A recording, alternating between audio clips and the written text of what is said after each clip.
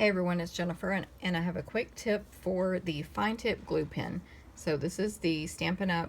Fine tip glue, and I have removed the lid already. I'll show you that in a second. And I've die cut Happy Birthday here. So let me show you how to use this. Just apply, I'm pressing the bottle, but I'm not squeezing too hard. When you squeeze too hard, it just makes a big mess, and you can see kind of where I'm applying this to attach this image. This is going to go in a scrapbook page, a pocket page, Project Life. So I don't need to attach it too strongly. And then I've got some It's My Party Designer Series paper here, and I'm going to center it. And then when you use the fine tip glue, you need to hold it down for a few seconds. And of course, when you test it, if it peels up, hold it down a little longer. But it doesn't take too long to adhere. You just need to hold it down for a little bit. And then it's for these intricate images, it just makes your adhering so much easier, and you know, it looks a lot better than that messy glue. When you put your lid on your fine tip glue, there's a little, I call it a needle even though it's not. The needle goes in this little silver applicator here. And so make sure you get that in there before you close it. And then just so you know, this part will unscrew in case you need to rinse it out with hot water and unclog it. And this part will unscrew just like when it's brand new. You can take the seal off and stuff. So there's 3 ways it opens. You just take off the white lid to use it. So the fine tip glue, it's awesome. Hey everyone, it's Jennifer, and I'm back with a quick tip. So I have my Simply Scored scoring tool here, and I'm going to place the diagonal plate on it. When you do that, make sure that you have the arrow pointing to the top of your plate, and it just has rubber feet there that holds it in place. And then I have a piece of our craft 12 by 12 cardstock. So I'm going to make this little holder thing that you can put greeting cards in, and you can also make them smaller. But this is a 12 by 12 sheet, and so on the diagonal I'm going to score it straight down the middle.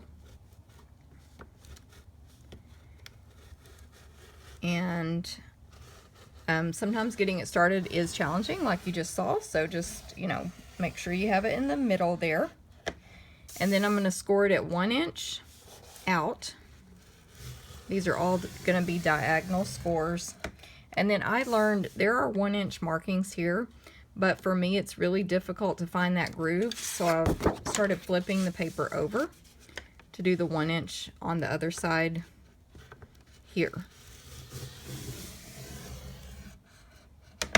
And then I need 2 scores going the other way at 4 inches. So I'm going to turn the paper one time and score it at 4 inches on the diagonal. Again, just get it started in there. Whew. And then to get the other diagonal going here, I'm going to flip it over. Flip the paper over, so I can use that one again because this side gave me trouble.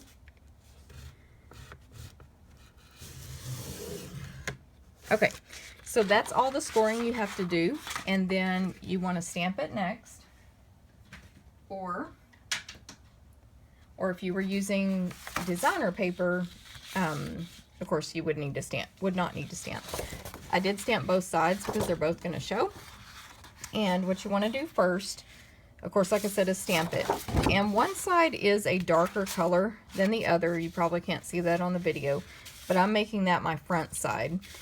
So I made this my top corner here, stamped it how I wanted it. So the side I want to show, I'm going to keep on the inside, and I'm going to fold this in half on that half score mark. And if you made your score a little crooked, you can fix it right now because you can square that up. Then I'm going to fold backward on the 1 inch score marks.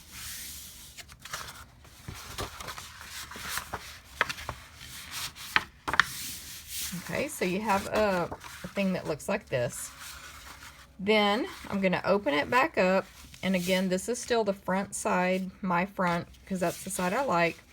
and this is the top, and I'm going to fold these with this gusset flat. I'm going to fold the two 4-inch score marks in. And that really is all there is to this. Then you just simply refold the gusset there at the bottom. And you have this cool little holder that holds, in this case it will hold cards on one side and envelopes on the other, or whatever you want to put in there. It can also hold food, you know, soup packets, whatever. You can decorate it how you want, and notice how mine is not perfect right here. That's going to happen, at least when I score paper, that's going to happen. But don't worry about it. It's going to stand up like this, and everybody's just going to say how cute it is. So I will see you later. Hey everyone, it's Jennifer. I have another quick tip. This one's for tying ribbon. So I have my Bermuda Bay ribbon here. And this tip works whether you're going to tie a knot or a bow, or if you're going to thread an embellishment through like I'm going to. Okay, so I'm going to give myself enough room to tie a bow here. And this is the point where you need your finger or someone else's finger to hold that ribbon in place. So I have these tweezers. They're from the craft store, and they're in the beading section for making jewelry. Now look at that, my hands are free. Now I can tie a bow, tie a knot, answer the doorbell, answer the phone, whatever I need to do, and I can still come back and tie my bow or knot nice and neat. But also in this case, I'm going to thread this little embellishment through here. Again, it just makes this easier on me. And then I'll tie this one time to secure that on. And now that I've tied it, I can remove my tweezers. And I'm going to turn it upside down to tie the bow. I find sometimes my bow comes out right side up if I flip my project upside down. And tie your bow. And of course you can continue to adjust the bow and make it nice and pretty and cute. And then trim your ribbon. And notice I had this whole huge thing of ribbon here. This is half a roll of ribbon, but it could have been an entire roll, and it's easier for me to work with from a much larger piece like that, like the roll. And then there's less waste when I trim that at the end. So you get the idea. I just need to fix my bow here and trim these ends off a little bit better. But that is my quick tip, the ribbon tweezers. Hey everyone, I have a quick tip about Stampin' Up's new Honeycomb embellishments. So this is what they come, or how they come. And, whoops, before you put it on your project, it's a good idea to stretch it out and kind of separate the little honeycomb pieces. Then smush it back together and peel these off. These are stickers. I did not know that when I first got it, and I put it on with glue dots. And then I'm going to place it on this image from a celebration stamp set with the cute little ice cream cone. And so I colored in here because I know that part could show with the honeycomb, but I'm too lazy to color in the top, of course. What I found is, for me, the easiest way to center this is to place it on my project like that, straight up and down, adjust it as needed, and then open up one side at a time. And another tip that I saw another demonstrator do is to sort of adhere this down better. Grab your paper piercing tool and just go in underneath here and press.